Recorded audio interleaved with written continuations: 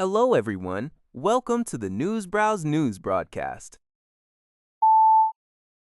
According to NBC News, citing two U.S. officials, U.S. President Donald Trump abruptly reversed his Project Freedom plan to escort ships through the Strait of Hormuz. This decision came after Saudi Arabia blocked the United States from using its bases and airspace for the operation. Shinhinet reports that Trump's initial announcement of the plan on social media reportedly angered Saudi leadership.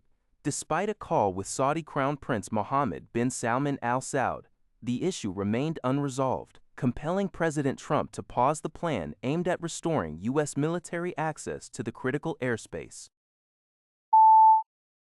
The Asahi Shimbun reports that Japan has agreed to begin discussions with the Philippines regarding the export of its retiring Apukuma-class destroyers, equipped with anti-ship missiles and other weapons. This potential deal marks a significant shift, as it would be Japan's first lethal arms export under the revised implementation guidelines for the three principles on transfer of defense equipment and technology, which lifted a long-standing ban in April. The decision was reached during a May 5 meeting in Manila between Japanese Defense Minister Shinjiro Koizumi and his Philippine counterpart, Gilberto Teodoro. The primary objective is to bolster the Philippines' naval capabilities, particularly to counter China's increasing maritime assertiveness in the South China Sea, where territorial disputes persist. A working group will be established to finalize specific arrangements including education, training, and maintenance support.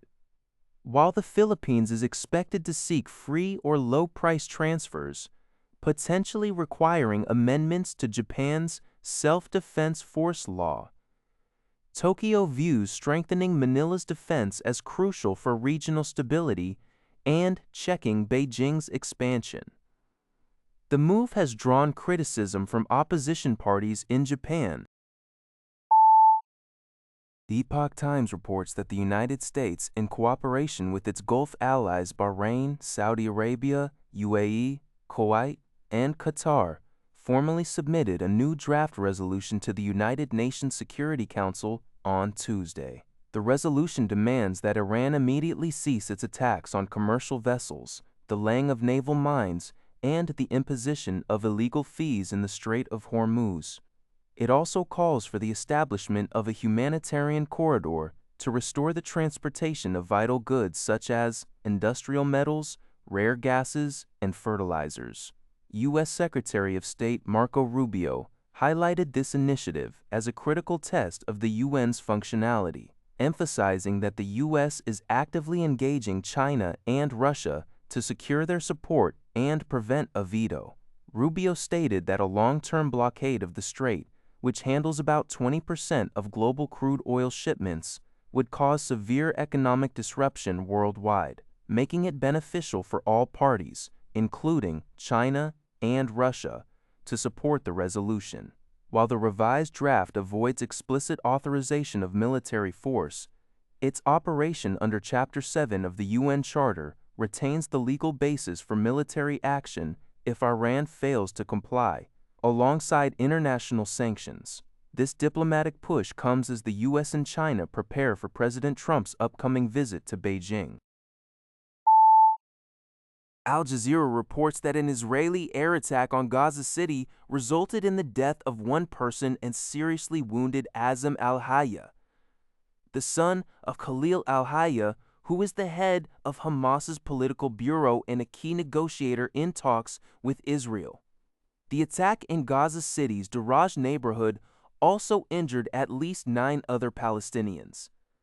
On the same day, 2 additional Israeli air raids killed 4 more people, including a senior colonel in Gaza's police force. Khalil al-Hayya stated that neither the killing of their sons nor the martyrdom of their leaders would intimidate the Palestinian people. He has previously lost 3 other sons in Israeli attacks. Hamas condemned these actions as a blatant violation of a ceasefire agreement signed last October, calling them a continuation of the ongoing war of extermination. According to the Gaza Ministry of Health, 837 Palestinians have been killed and 2,381 wounded since the ceasefire. Overall, at least 72,619 people have been killed and 132,484 wounded since Israel launched its war on Gaza in 2023, with the majority being children and women. The United Nations highlights that conditions in Gaza remain dire, with humanitarian aid constrained. U.S. Treasury Secretary Scott Bessent is scheduled to make a 3-day trip to Japan starting next Monday, followed by a visit to China, according to officials familiar with the plan reported by Japan Today. During his stay in Japan, Bessent may meet with Prime Minister Sanae Takaichi and is also expected to hold talks with Bank of Japan Governor Kazuo Ueda, Finance Minister Sasuke Katayama, Trade and Industry Minister Ryohei Akazawa, and Foreign Minister Toshimitsu Motegi. His discussions with Japanese officials could delve into critical China-related economic issues, such as critical minerals and Beijing's trade restrictions, especially since his visit precedes a May 14-15 summit between U.S. President Donald Trump and Chinese President Xi Jinping in Beijing. Bessent, a key economic advisor to President Trump, had previously visited Japan twice in July and October, demonstrating his ongoing engagement with the region. That's all for this video. Thank you for watching. See you in the next video.